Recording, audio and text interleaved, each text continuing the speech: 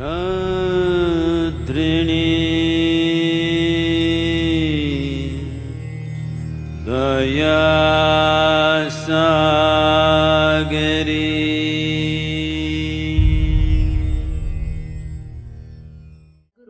When certain youngsters face problems or difficulties like failures, breakups, loss, etc., a few go for drugs or alcohol instead of solving the problem and finding solutions.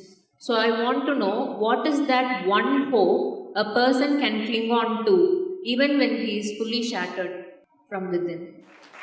Oh, so many broken hearts here who are clapping their hands.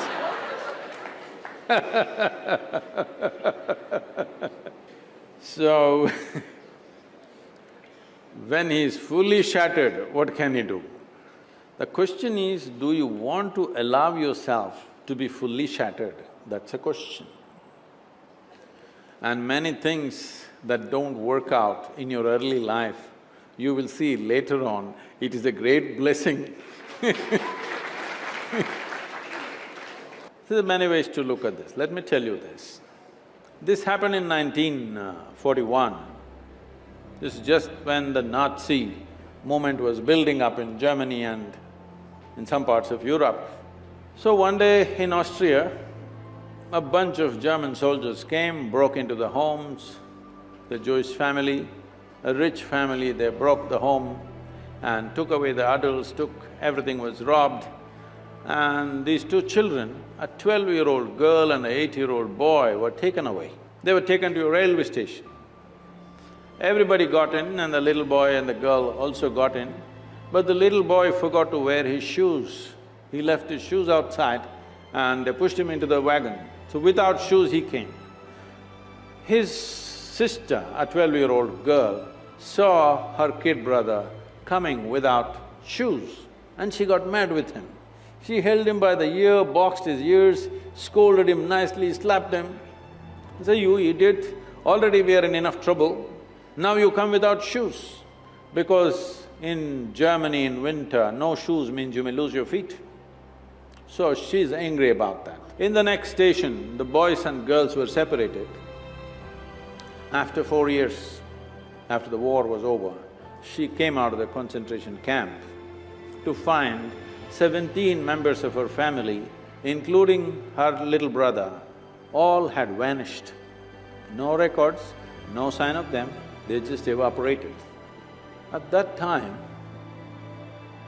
the only thing that bothered her was the last few things that she said to her little brother. She loves her brother, but the last few things that she said to him were such terrible things, it rang in her mind and troubled her. So she took a vow, if I speak to anybody in my life, I will speak in such a way, if this is my last word, I will not regret. This one thing transformed her life in such a way. She went on to United States, she died in 2006, she did some phenomenal work, built a hospital somewhere near Chicago, I think. She lived a fruitful life. I'm saying, even if you're put through the most horrible situations, either you can come out using that experience as a better human being, or you can use the experience to become a horrible mess. So whenever something hurts you, there are two options. You can either become wounded or you can become wise. This is the choice. The more things hurt you early on in your life, the wiser you should have become, isn't it? But unfortunately, most people become wounded. This is simply because they just need an excuse to turn their own intelligence against themselves, that's all. Especially if the world around you turns against you, is it not very, very important that your intelligence stands up for you?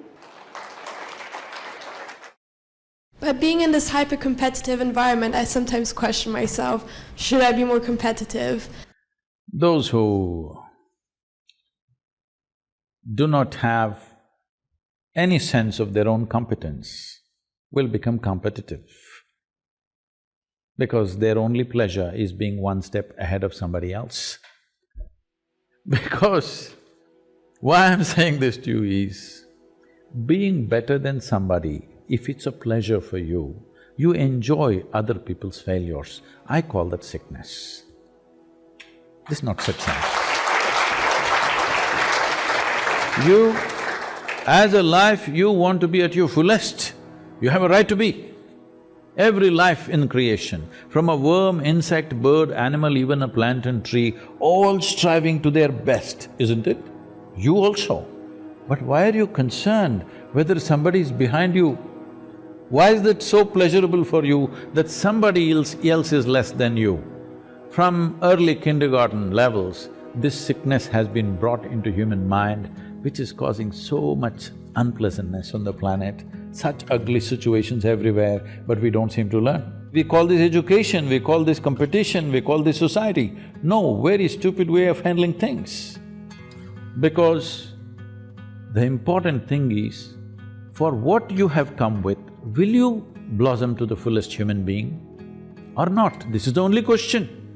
This doesn't need anything other than constantly nourishing the atmosphere, not even the person. If you want a plant to grow, you don't do anything to the plant, you just take care of the soil, the atmosphere, the ambience.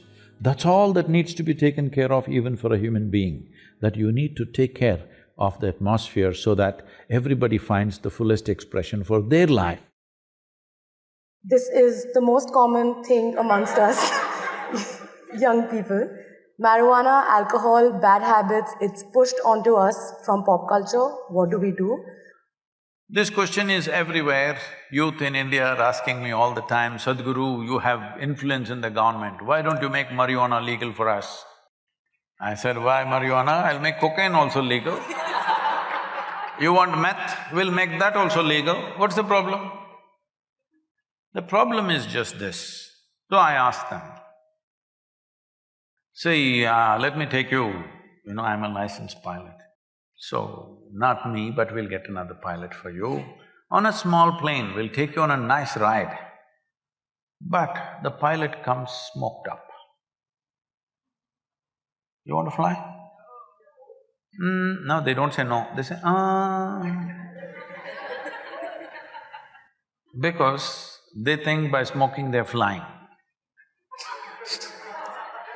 Then I say, okay, you're not getting it. You need a major surgery. And the surgeon comes really smoked up. You want this surgery? Oh no. So you understand, it lowers your faculties. If you lower your faculties, your life gets lowered or high. Lowered. So never use the word high again. You say, I smoked and I'm low.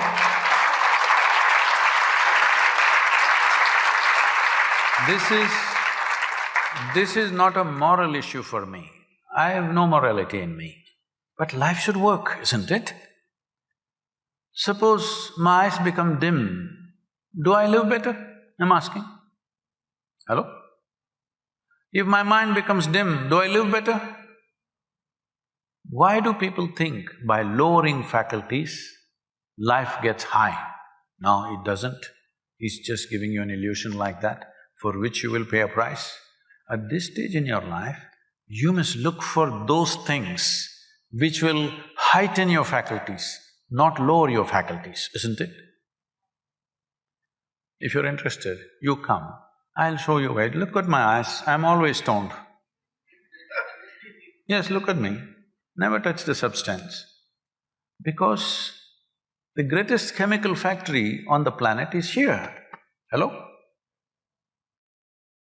The question is only whether you're ecstatic or anxious is determined by, are you a good manager of this one or are you a lousy manager? That's all that is determining this. If you're a lousy manager, you're importing chemicals from outside. If you're a good manager, you're conducting this the way you want and blissed out all the time.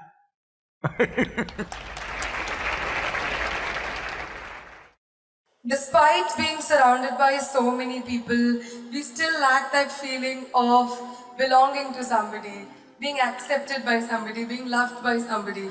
How should we deal with that discontent and loneliness? What you call as joy is one kind of chemistry, misery is another kind of chemistry, stress is one kind of chemistry, anxiety another kind of chemistry, agony one kind of chemistry, ecstasy another kind of chemistry. At least ecstasy, you know it's another kind of chemistry, I hear. So, your experience of life has a chemical basis to it. Right now, let's say you're really blissed out like me. Do you care who is around, who is not around? If they're around, it's fantastic. They're gone, fantastic. Because your experience of life is no more determined by what you have and what you don't have, whether it's people or things or food or this or that. It is not determined by that. Once your way of being is not determined by anything outside of you, then there is no such thing as loneliness.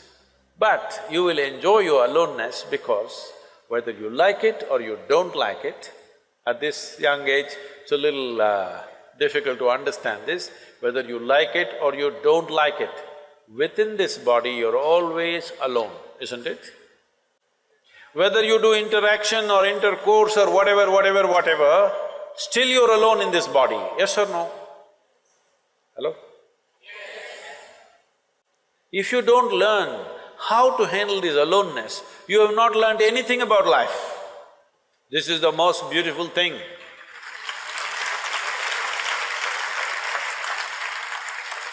The most beautiful thing about life is, nobody can get here, it's just my space. Yes or no? Isn't this the most beautiful thing? Nobody can invade me. They can capture me, they can torture me, they can do so many things, but they cannot invade me because I have a space which is just my own. Isn't this the most wonderful aspect of your life? Don't suffer that. That is the most beautiful thing. Very often in lives, we come across crossroads where we are compelled to choose between two options which were equally pleasing. When I'm at such a stage, what should I be doing? See, we must understand this. People are always thinking, when it comes to education, career, choice of partners, marriage, at various points, what is the best thing to do? Let me tell you, there is no best thing to do in the world. Really, there's no best thing to do. Even if you take a very simple thing and put everything that you have into it, if you throw yourself into it, it could become a great thing. Is it the best thing? No. There is no best thing, because how do you decide what is best? What I'm doing is best or what you're doing is best? There's no such thing. Is spiritual process the best thing or chemical engineering the best thing? It'll be foolish even to ask that question, isn't it? It is just that if you throw your life into something, it can become a great thing. So don't look for best things because you'll waste your life always wondering what's the best thing. People come to me, they've been married for 35 years, have 3-4 children. Sadhguru, I don't know if I made the right choice.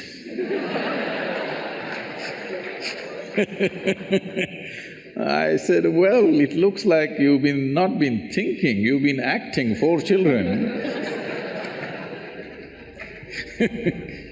So, till the end of your life, you can go on thinking, what is the best thing, what is the best thing? There is no best thing. Whatever we put our heart and soul into and do it, it's a great thing. It may be a simple thing in somebody else's eyes, but in our experience, it's a great thing, and that's what we should do. எல்லாருக்கும் வரமளித்த வாழ்வே என் சத்குருவே, கண்ணே கருத்தே கருத்தில் உறும் நற்கனி